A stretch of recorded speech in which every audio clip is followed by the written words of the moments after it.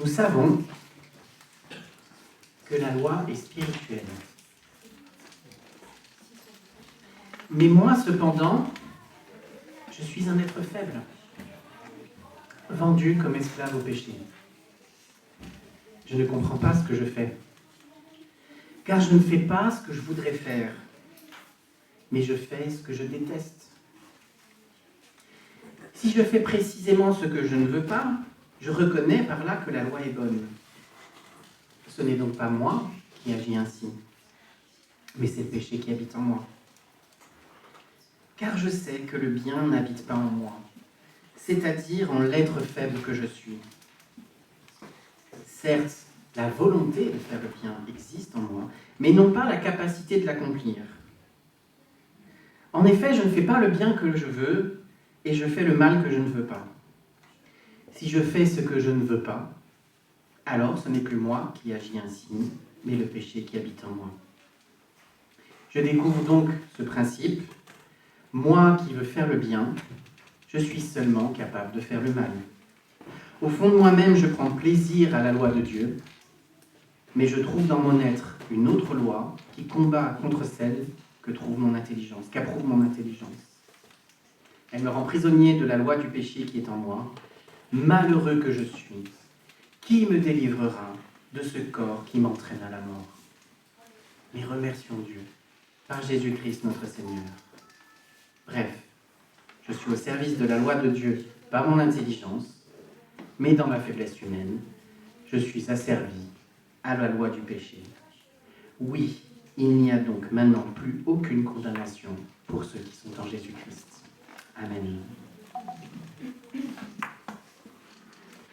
Vous vous souvenez peut-être que dans la deuxième épître de Paul aux Corinthiens, Paul parle, c'est une épître un peu particulière qui est assez touchante parce que Paul a beaucoup d'opposition dans cette église-là et on l'a poussé tellement loin dans ses retranchements, on lui a tellement mis devant le nez tous ses défauts, toutes ses faiblesses, que finalement Paul va se défendre, il va dire de quoi il devrait être fier, et il va dire finalement ces faiblesses-là, c'est de ces faiblesses-là que je suis fier.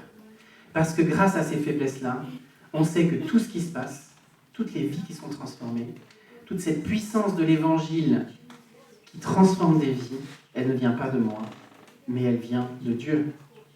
Et pour le dire, il le dit ainsi, il le dit, le trésor de l'évangile, Dieu l'a placé dans des vases de terre, nous sommes des vases de terre, pour que la puissance soit que la puissance reconnue soit bien celle de Dieu et non pas la nôtre. Le trésor dans des vases de terre. Nous, on n'aime pas l'argile. On n'aime pas être fait en argile. On ne veut pas être en argile. Nous, on veut être en métal, on veut être solide. C'est ça qu'on veut. Pourquoi croyez-vous qu'il y a autant de films de super-héros? C'est parce qu'en fait, on rêve de ça. On rêve de ça, on rêve d'être des super-héros. On met en valeur, en valeur dans la société comme exemple, on montre en exemple des gens qui sont forts, des gens qui réussissent, des gens qui sont intelligents. Mais on aimerait bien être Dieu, on aimerait bien être solide, paraître plein de fois, mais la réalité, c'est que c'est plus compliqué que ça. Et si un matin, je me lève et que je vois que j'ai un petit peu d'argile là sur la main, alors je vais essayer de me la nettoyer parce que l'argile, c'est fragile. Je veux pas ça.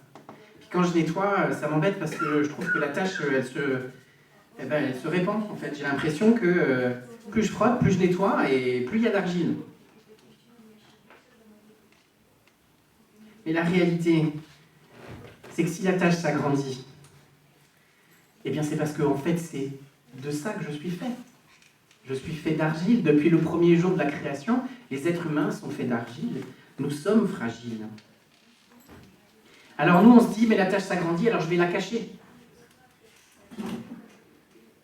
Je vais la cacher, je vais mettre des trucs dessus, et je vais espérer que les autres ne le voient pas. Je vais espérer que les autres ne voient pas que je suis fragile. Et peut-être que je vais vivre avec un sentiment d'imposture, en me disant, pourvu que personne ne le remarque. Tout en ne réalisant pas que non seulement je suis entièrement fait d'argile, et que c'est le cas pour chacun d'entre nous. Nous sommes tous, même ceux où j'ai l'impression qu'ils sont faits en métal solide, Nous sommes tous faits d'argile. Et Paul lui-même, il ne se présente pas comme un super-héros de la foi. Jamais. Paul, il va dire ses difficultés. Alors, il est pudique là-dessus. Il faut qu'on le pousse un peu dans ses retranchements pour le dire. Mais quand c'est nécessaire, il le dit. Il le dit, moi, je ne suis pas si fort que ça. Et des fois, je suis découragé. Et des fois, je suis au bout du rouleau. Et des fois, je suis fragile. Et des fois, je suis malade. Physiquement, Paul, c'était pas quelqu'un d'agréable à regarder. Il était malade, il avait les yeux qui étaient un peu exorbités, qui pleuraient, peut-être. On pense que c'est quelque chose comme ça. Visiblement, il n'avait pas la parole facile. Et même dans ses lettres, si vous les travaillez de près, vous voyez que littérairement, c'est compliqué. Il entremêle les idées, il les répète plusieurs fois. Vous avez peut-être bien vu dans le texte que je viens de lire d'ailleurs, juste là déjà, il répète plusieurs fois la même chose. C'est pas, on croit que, on s'imagine que Paul c'était un très grand prédicateur, un orateur parfait, avec le verbe facile, mais pas du tout. D'ailleurs, quand Dieu avait choisi Moïse, il avait aussi choisi quelqu'un qui avait la bouche embarrassée. C'était pas un très bon pédagogue. Et pourtant, c'est lui que Dieu a choisi. Et en plus de ça, il avait un problème, on ne sait pas ce que c'est. Il appelle ça son épine dans la chair. Et il dit, j'ai demandé 3 fois à Dieu de me l'enlever. 3 fois, il m'a répondu, ma grâce te suffit. Il fallait que Paul puisse continuer à vivre avec cette faiblesse et cette fragilité-là. Et dans ce texte-là, aujourd'hui, au cœur de l'Épître aux Romains, juste avant d'aborder le chapitre un peu central de l'Épître aux Romains, eh bien, Paul nous parle de notre fragilité et de notre difficulté à faire le bien. Et il le décrit comme une forme de lutte intérieure. Il va dessiner ici, en vrai, dans son raisonnement, depuis le début du chapitre 7, Paul a un langage... comment on dit ça ? Par exemple, si je vous dis... oui, à tel endroit, c'est très facile de faire ces démarches administratives. Donc, déjà, vous savez que c'est pas en France. Et je vous dis, bah oui, parce que quand tu vas là-bas, tu rentres, tu as tout de suite un rendez-vous, et puis ensuite, on te parle avec bienveillance, et on t'explique bien les choses, tout est bien logique, et on te demande qu'une seule fois les papiers, etc. Cette manière de faire, quand je vous dis, tu fais ceci, tu fais cela, je vous aide à vous imaginer que, si je ne suis pas en train de dire tu fais ci et tu fais ça, vous comprenez bien que je suis en train de vous aider à vous imaginer que si vous étiez dans ce cas-là, voilà comment ça se passerait. Et Paul, dans le chapitre 7, il fait ça. Il parle à des juifs qui sont convertis et il leur dit, dans notre état de conversion, nous, et en fait, il utilise exactement la même figure de style. Il présente un cas, entre guillemets, théorique, qui est un cas commun pour les juifs convertis, et il raconte comment ils sont, et comment, dans ce cas-là, à cause de dans cette faiblesse-là, la loi ne leur est d'aucune utilité. Mais ce qu'il décrit là, c'est quelqu'un de vraiment converti, on est d'accord, puisqu'il aime la loi de Dieu. Personne ne peut aimer la loi de Dieu sans que l'Esprit soit venu en lui pour le transformer et lui donner d'aimer la loi de Dieu. C'est donc quelqu'un de converti, vraiment. C'est quelqu'un qui se pose la question, quelle est la place de la loi ? Ok, très bien.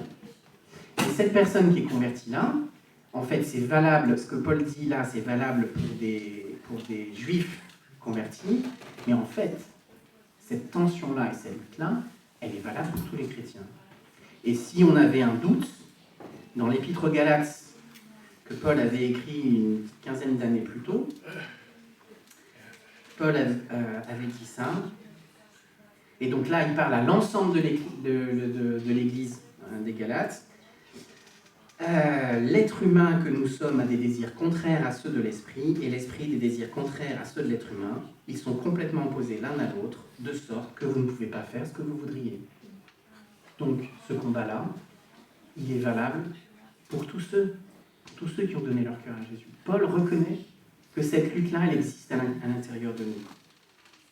Comment il le décrit ? Il commence ce passage en disant « la loi est spirituelle ». Qu'est-ce que veut dire la loi est spirituelle ? Il n'est pas en train de dire « la loi est une chose vaporeuse ». La loi est quelque chose qu'on ne peut pas toucher. C'est pas ça qu'il est en train de dire. Quand il dit « la loi est spirituelle », il dit « elle est conforme à l'Esprit de Dieu ». C'est-à-dire qu'elle exprime parfaitement la volonté de Dieu. Elle est parfaite. La loi de Dieu est parfaite. Quelque chose qui est spirituel, c'est quelque chose qui est parfait, qui est complètement conforme à la loi de Dieu. Et moi, je ne le suis pas. Moi, je suis charnel. Et là, quand il dit « je suis charnel », il n'est pas en train de dire « je suis physique ». Bien sûr qu'on est charnel, on est tous à ce compte-là, si c'était ça la définition. Non, quand il dit « moi je suis charnel », il parle de quelque chose qui est autre chose que notre corps de chair, il parle de quelque chose qui est en nous, et qui pèse, et qui nous tire loin de la volonté de Dieu, qui nous empêche de faire ce qu'on voudrait.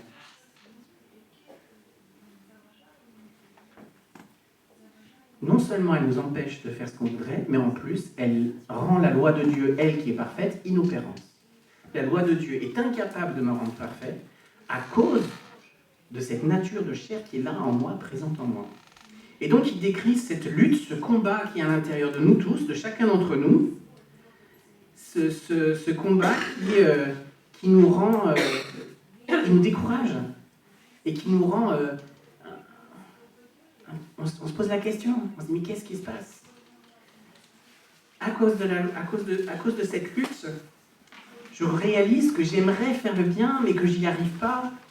Et il y a cette tension en moi entre la pesanteur et la grâce, entre la grâce qui m'attire vers le haut, j'ai envie d'accomplir la loi de Dieu, et en même temps je sens que ça me tire vers le bas, je n'y arrive pas. Et face à cette incompréhension, il y a beaucoup de chrétiens qui en restent là. Ils sont juste là, avec cette incompréhension, et ils se sentent perdus. Et ils disent avec Paul, qui me délivrera de ce corps de mort?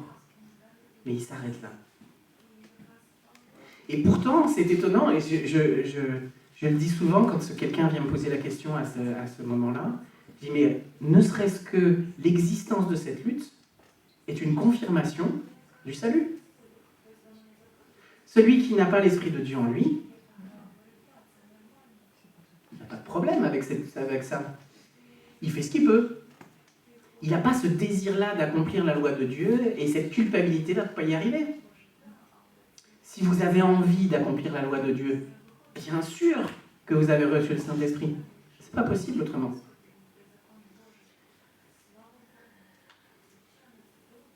Mais ce que Paul nous dit là, c'est que quelque part, cette lutte-là, elle est naturelle, pas dans le sens normal aux yeux de Dieu, bien sûr que ça ne devrait pas exister, mais qui est en fait le lot de tous les chrétiens. C'est un cas général.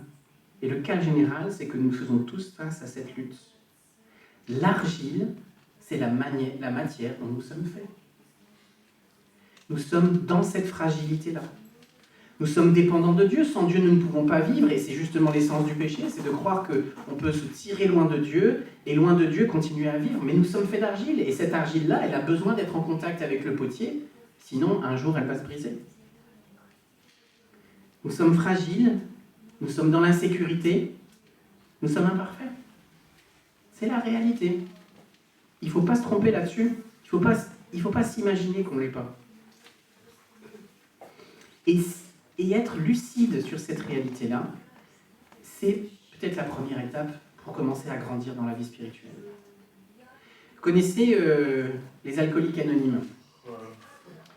Il se trouve que dans les derniers temps, j'ai revu des films ou des séries où je suis tombé 3 fois sur des cas où il y avait des gens qui faisaient face à une addiction, c'était pas toujours l'alcool, mais qui du coup allaient dans des groupes de style alcoolique anonyme.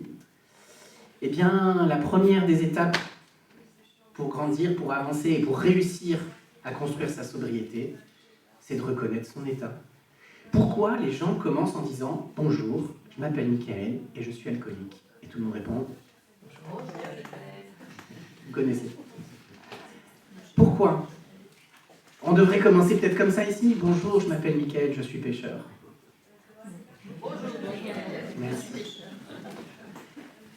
Parce que si on ne reconnaît pas notre état, alors on va essayer de mettre des stratégies en place pour le contourner. Et on ne va pas y faire face.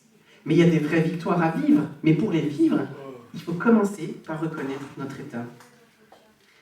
Dans le parcours d'un alcoolique ou de quelqu'un qui est dépendant de quoi que ce soit, la sobriété, ce n'est pas un objectif à atteindre. Il n'y a pas un truc qu'on construit et un jour on est sobre, ça y est, c'est bon. Non.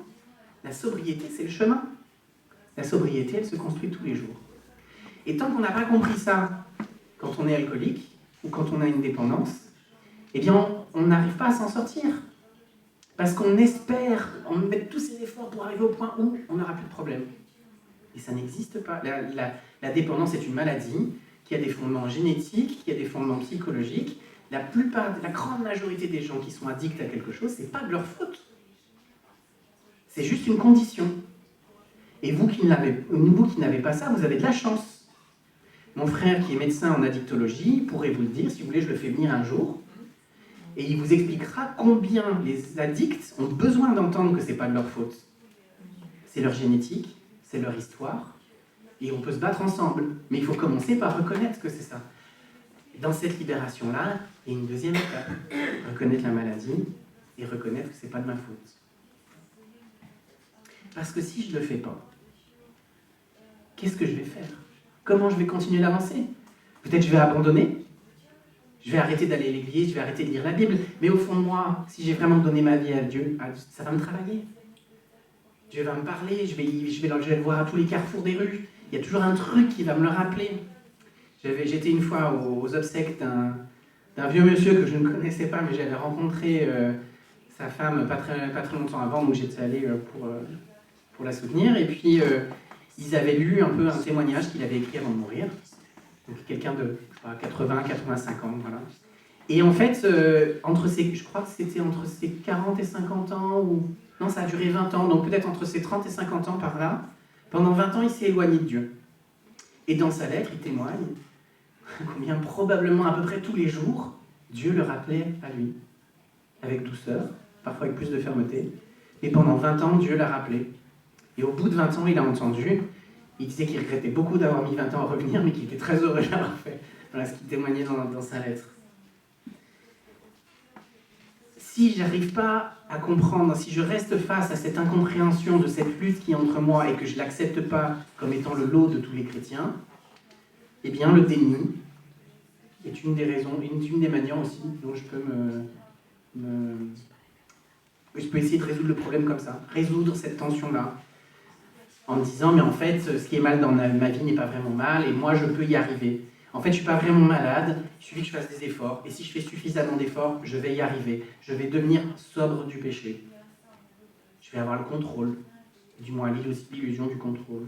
C'est exactement le problème des pharisiens à l'époque de Jésus. Ils sont persuadés qu'ils vont y arriver. Ils ont détourné la loi de Dieu pour la rendre très difficile à accomplir, mais quand même un petit peu. Et comme ça, eux, ils y arrivent un peu, ils mettent toute l'énergie là-dedans, ils se sentent un peu supérieurs aux autres, ils ont l'impression qu'ils contrôlent. Mais le problème, c'est que le péché se cache là où on ne le voit pas. Et les pharisiens, qui pensaient être si bien intentionnés, ils ne voyaient pas leur hypocrisie. Et Jésus leur dit, vous êtes fiers de vous parce que vous avez tué personne. Mais moi, je vous dis, quand vous regardez quelqu'un et que vous vous mettez en colère contre lui, que vous le méprisez et que dans votre cœur vous l'insultez, c'est comme si vous l'aviez tué déjà. Et ça se casse la figure. Le contrôle qu'ils pensaient avoir se casse la figure, ils n'ont pas le contrôle. Et Jésus leur dit pas ça pour qu'ils augmentent le niveau et qu'ils fassent une nouvelle loi un petit peu plus dure encore, mais qu'ils vont y arriver. Non, Jésus il leur dit ça pour leur montrer qu'ils ont besoin de Dieu. Mais que ça leur échappe. Ils peuvent pas le contrôler. Ce mal, cette hypocrisie est en eux, est en nous, en chacun d'entre nous, cette fragilité est en nous. Et on ne peut pas la contrôler. Enfin, on ne peut pas contrôler le fait qu'elle soit là ou pas, c'est ça que je veux dire. On a un impact dessus, j'y reviens après, mais on ne peut pas contrôler le fait qu'il y ait cette lutte-là en nous. Elle est là.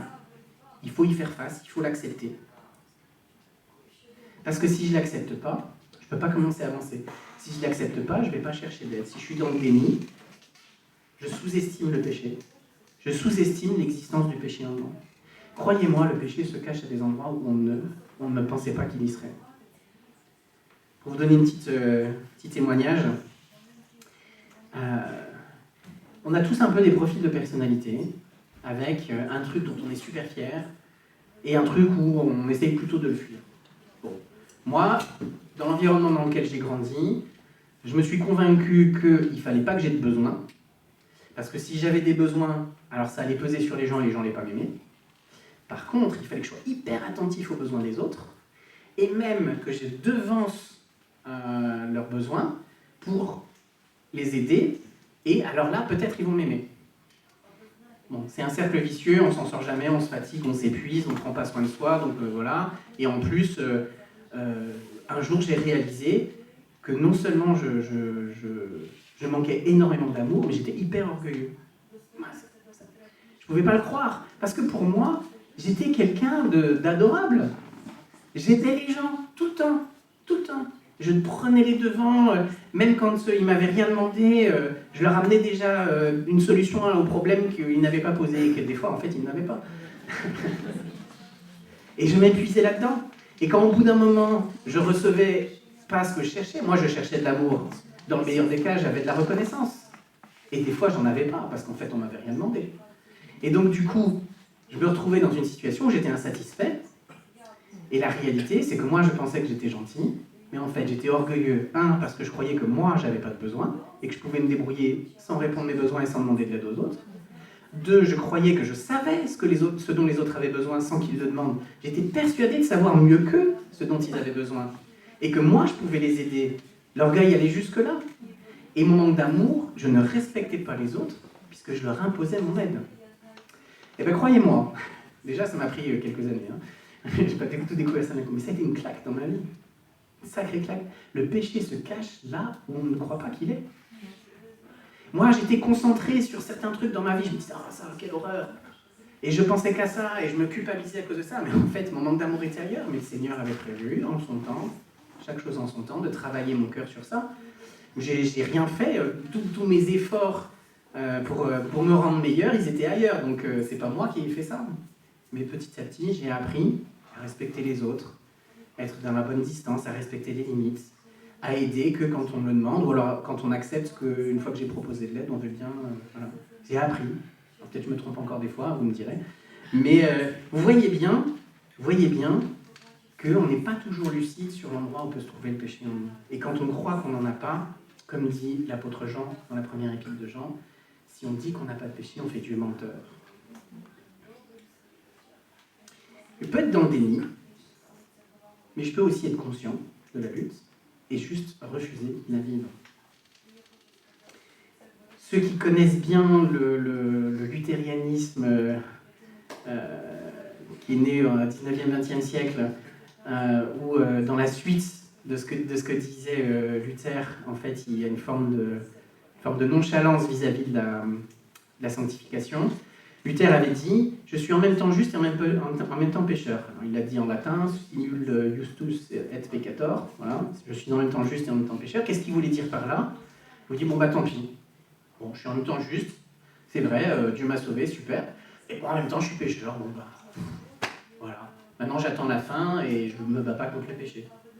J'accepte que des fois, je fais bien, des fois, je ne fais pas bien, mais je me lave les mains de ce qu'il faudrait changer. » Et dans cette mouvance-là, c'est arrivé à un point où du coup, on finit par tout justifier pour ne pas se mettre dans une situation où on regarde son péché. On arrive tout à expliquer d'une manière où, en fait, c'est pas vraiment un péché. Il faut accueillir, il faut aimer, alors on accueille tout et on aime tout. Tant pis, c'est pas grave. Un certain Dietrich Bonhoeffer a appelé ça la grâce avant de marcher. Bon, c'est pas le plus courant quand même parmi nous, mais bon, ça peut arriver aussi. Par contre, un truc qui arrive plus souvent, c'est le désespoir. C'est celui que je disais au début, il essaie de cacher et puis il espère que les autres ne vont pas remarquer. On s'accuse de la maladie au lieu de faire confiance à Dieu. Et on se croit peut-être mort, on n'est pas sûr, on doute de son salut, on doute de l'amour de Dieu pour soi. Est-ce que vraiment le fait que je sois malade, que je sois capable de... Est-ce que le fait que je vive cette lutte, c'est normal? Est-ce que du coup je suis un vrai chrétien? Mais être malade, c'est être vivant. Et cette maladie, elle est la nôtre à tous. Et Paul le dit, malheureux que je suis, qui me délivrera de ce corps de mort? Si vous vivez cette lutte, si vous la ressentez dans votre cœur, c'est bien normal. Paul lui-même reconnaît que pour lui, et tous ceux qui aiment la loi de Dieu, c'est une lutte. Mais Paul continue cette phrase-là et il dit « Mais grâce soit rendue à Dieu, notre Seigneur, à Dieu, par notre Seigneur Jésus-Christ. » Mais qu'est-ce qu'il veut dire par là? comment il peut passer aussi vite dans la même phrase, enfin dans deux phrases, mais l'une après l'autre, de « Ah là là, quelle lutte terrible, c'est affreux, c'est décourageant » à « Merci Seigneur ». Qu'est-ce qui s'est passé entre les deux? Où est la victoire ici? Vous avez vu que j'ai lu jusqu'au... J'ai oublié de vous donner la référence, mais j'ai lu dans le chapitre 7, c'est la suite chaque dimanche. Donc j'ai lu la fin du chapitre 7 de l'Épître aux Romains, et j'ai lu le premier verset du chapitre 8, où Paul enchaîne, après cette explication-là, de cette lutte, il enchaîne par « Oui, il n'y a donc plus aucune condamnation pour ceux qui sont en Jésus-Christ ». Tout ce sur quoi Paul se concentre dans ce passage-là, il reconnaît bien la lutte, mais au lieu de nous dire quoi faire avec, il nous dit juste, la lutte c'est vrai, elle est là. Mais rappelez-vous, il n'y a aucune condamnation pour ceux qui sont en Jésus-Christ. Donc là, pour l'instant, il nous laisse, on va y revenir dans 2 secondes, il revient là-dessus plus tard, sur qu'est-ce qu'on fait avec. Mais sur le coup, la première chose que Paul nous dit, et c'est là le combat de la foi, d'abord, je pense que le premier combat de la foi, il est là, c'est de garder l'espérance. De garder l'espérance. Il est là le combat. D'abord, la première victoire qu'on peut vivre, je pense, la victoire la plus forte dans cette lutte, c'est de garder l'espérance et la confiance. J'en parle dans presque toutes les personnes avec qui j'ai des discussions individuelles. Presque à chaque fois, à un moment ou à un autre, on va revenir à parler de l'incertitude confiante. Il y a un moment ou un autre dans la foi où on réalise que rien ne nous appartient, que tout appartient à Dieu, et que finalement la foi, c'est de lui faire confiance, d'abord. Ça ne veut pas dire qu'il n'y a pas de trucs à faire après. Mais globalement, on est dans quelque chose qu'on ne contrôle pas. On ne peut pas contrôler même notre chemin vers l'éternité. Donc, il faut être confiant en acceptant certaines certitudes. Ça serait plus simple pour nous si tout était bien pavé, si tout était bien cadré, si on savait bien à quoi nous attendre, si Dieu nous retirait le mal de nous d'un seul coup et qu'en fait on était des gens parfaitement bons et amours jusqu'à la fin de notre vie, ça serait formidable. Mais c'est pas ça qui va se passer. Et Paul n'explique pas pourquoi, mais il nous dit juste, sachez que c'est comme ça, sachez que c'est normal, que vous vivez ce que vivent tous les chrétiens. Un chrétien n'est pas censé vivre autre chose, sinon il fait Dieu menteur. Mais il n'y a pas de condamnation pour ceux qui sont en Jésus-Christ. Parce que, en fait, il est en train d'expliquer le rôle de la loi, et il dit, la loi, elle ne peut pas me rendre meilleur. Mais la loi, elle ne peut plus me condamner. Parce que Jésus est mort pour moi. Il a satisfait aux exigences de la loi. Donc la loi ne peut plus me condamner. Et le rôle de la loi dans ma vie, ça ne peut pas être de me rendre meilleur. Elle est incapable de le faire. Il n'y a plus aucune condamnation pour ceux qui sont en Jésus-Christ. C'est là qu'est la solution, le chemin de la solution. Alors, dans cette partie de l'épître, il ne dit rien de plus sur cet aspect-là. Mais il va faire une parenthèse entre les chapitres 9, 10 et 11 pour parler du peuple juif, mais au chapitre 12, il va arriver à la deuxième partie de la lettre. Très souvent, Paul fait ça. Il fait une première partie de la lettre où il explique tout un tas de principes, et une deuxième partie de la lettre où il encourage les chrétiens à mettre en pratique. Et donc, Épître aux Romains, chapitre 12, on arrive dans la partie mise en pratique. Et il commence comment? Je vous lis juste les 2 premiers versets. « Frères et sœurs, puisque Dieu a ainsi manifesté sa bonté pour nous », donc là il parle de l'évangile, là il parle des 8 premiers chapitres, « puisqu'il n'y a plus aucune condamnation pour ceux qui sont en Jésus-Christ », donc puisque Dieu a manifesté sa bonté pour nous, je vous invite à vous offrir vous-même en sacrifice vivant, qui appartient à Dieu et qui lui est agréable. C'est là le véritable culte conforme à la parole de Dieu. Ne vous conformez pas aux habitudes de ce monde, mais laissez Dieu vous transformer par le renouvellement de votre intelligence. Vous discernerez alors ce que Dieu veut, ce qui est bien, ce qui est agréable et ce qui est parfait. Il y a 2 mouvements. Il y a 2 mouvements dans ce texte. Puisque c'est bon, alors on est au courant, on est tous malades. Cette tension, on l'a tous. Vous pensez qu'un autre l'a pas? Détrompez-vous, il l'a aussi. On l'a tous. Mais pour aucun d'entre nous, il y a de condamnation. Si nous avons donné notre vie à Jésus, si nous lui faisons confiance, alors oui, il est la seule solution, et oui, il n'y a plus de condamnation. Et on le verra, il nous reste quelques textes à lire dans Romains 8, mais on verra ça donc la semaine prochaine, en fait, en Pâques. Rien ne peut nous séparer de l'amour de Dieu. Mais puisque c'est ça, et puisque c'est là, il le dit, puisqu'il y a eu cette bonté-là, alors je vous invite à. En conséquence de ça, ne vous conformez pas aux habitudes de ce monde. Ça veut dire que oui, il faut s'engager dans la lutte, mais en sachant que ce n'est pas une lutte où vous serez vainqueur tous les jours. C'est une lutte qui va être difficile. C'est une lutte où des fois, vous allez essayer, ça va marcher, des fois vous allez essayer, ça ne va pas marcher. Quelqu'un qui est alcoolique, qui se bat contre ça, il est alcoolique tous les jours, il renonce à l'alcool. Et puis des fois, au bout de 6 mois, au bout de 2 ans, au bout de 15 ans, il reboit. C'est pas grave. Il va recommencer, et quand il sera sobre depuis 24 heures, de nouveau, il va recevoir une récompense, un petit jeton en plastique, pour ces 24 heures de sobriété qu'on va fêter ensemble. La lutte chrétienne contre le péché, elle est assez semblable à ça, en réalité. Je vous ai déjà donné plusieurs fois cette image de Dieu est dans notre équipe pour ça. Il est de notre côté. Quand vous apprenez à votre enfant à faire du vélo, s'il tombe de vélo au moment où vous avez lâché la selle, vous n'allez pas vers lui pour lui mettre une baffe. Non. Vous venez le consoler, vous l'aidez à se remettre en selle, vous lui expliquez ce que peut-être il a mal fait, et on recommence. Et s'il tombe 10 fois vous le relevez. Bon, au bout de 10 fois, peut-être il y aura un petit arrêt au stand pour quelques petits soins mercurochrome et compagnie. Mais il faut bien comprendre que Dieu sait que c'est compliqué. Dieu a prévu qu'un jour ça serait fini. Je crois que c'est Romains 15-20 où il dit que viendra bientôt le temps où Dieu écrasera le mal sous vos pieds. Un jour Jésus va revenir et ça sera fini. Entre les deux, il y a la lutte. C'est une lutte qu'il faut accepter chaque jour, une lutte dans laquelle on progresse en réalité. On progresse encore bien mieux si on a accepté que c'était notre réalité, si on accepte d'être fait d'argile. Et dans cette lutte-là, le premier mouvement, c'est vas-y, ne te conforme pas, avance et laisse-toi transformer. Là, c'est Dieu qui fait. Vous entendez bien? Et je reviens à ce que je disais tout à l'heure pour moi. Moi, j'étais tellement concentré à faire mes efforts. C'est pas que mes efforts étaient mal placés, dans le sens où Dieu les reçoit aussi.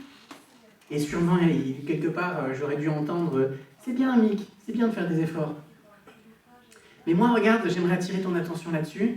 Et tu vois ça y est, c'est transformé. Et le jour où j'ai réalisé que je manquais tellement d'amour, que j'étais tellement orgueilleux, ça m'a mis une claque. Mais petit à petit, ça m'a fait progresser pour aimer mieux.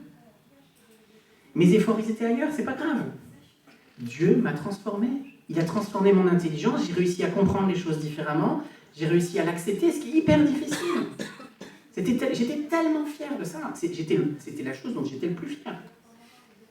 Et en plus, quand ça m'est arrivé, j'étais vraiment dans un moment où c'était pas drôle pour moi. Donc vraiment, c'était dur.